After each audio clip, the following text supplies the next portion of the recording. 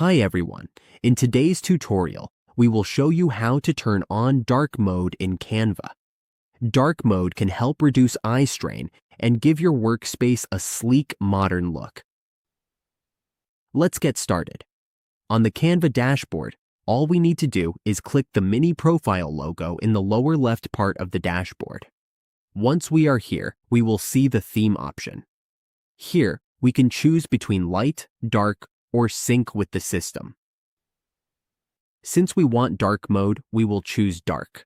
Once it's applied, the interface will darken. Keep in mind, we might not notice the change if our browser is already set to dark mode. In that case, it will look the same. So, all we need to do is choose dark, and Canva will switch to the dark theme. That's how we turn on dark mode in Canva. With just a few clicks, we can customize the interface for a more comfortable viewing experience.